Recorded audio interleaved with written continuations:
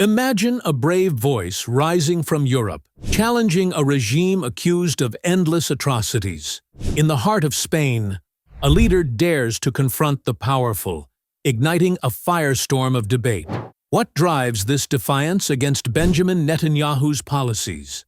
On August 25, 2025, Ione Belarra, the fierce leader of Spain's Podemos party and a sitting member of parliament, unleashed a scorching condemnation. She declared Israel the worst criminals history has ever seen, after yet another devastating strike on a Gaza hospital. Belarra, a psychologist and mother of two who served as Spain's Minister of Social Rights until 2023, didn't hold back. She accused Israeli forces of repeatedly targeting medical centers, deliberately starving thousands in Gaza, and eliminating journalists to silence the truth. This came right after an Israeli attack on Nasser Hospital in Khan Younis, which left at least 20 dead, including 5 reporters who were there to document the chaos. Belarra's words hit like a thunderbolt. They are the worst criminals that history has produced, and decent people must put a stop to them. Her statement exploded on social media, amplified by activists worldwide, racking up thousands of shares and likes. It's no isolated rant.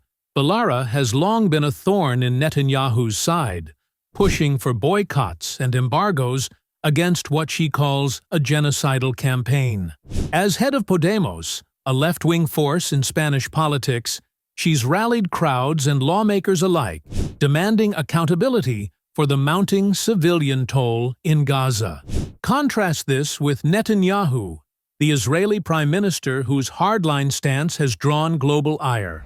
Under his watch, critics argue, Israel's military operations have escalated to unprecedented levels, with over 40,000 Palestinian deaths reported since October 2023, many of them women and children.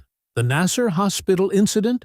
Israeli officials claimed it targeted a supposed militant hub, but eyewitnesses and aid groups describe it as a brutal double-tap assault, hitting rescuers and media after the initial blast. The United Nations slammed it as a potential war crime, echoing Belarra's fury over the deliberate targeting of protected sites. Spain itself is no bystander. In May 2024, the Spanish government boldly recognized Palestine as a state, joining Ireland and Norway in a move that infuriated Netanyahu's administration. Diplomatic ties frayed further when Israel pulled its ambassador from Madrid in late 2023 over similar criticisms from Spanish officials. Belarra's party has been at the forefront, advocating for a full arms cutoff to Israel and urging Europe to isolate Netanyahu's government. This isn't just talk. Spain has suspended some military exports and hosted pro-Palestinian protests that draw massive crowds. Her activism fits into a swelling wave of European discontent. From street marches in London to parliamentary debates in Brussels, voices are amplifying calls to end what many label as Netanyahu's unchecked aggression. Belarra's background as a social rights champion adds weight. She's fought for the vulnerable at home and now extends that to Palestinians enduring siege-like conditions. Hunger as a weapon?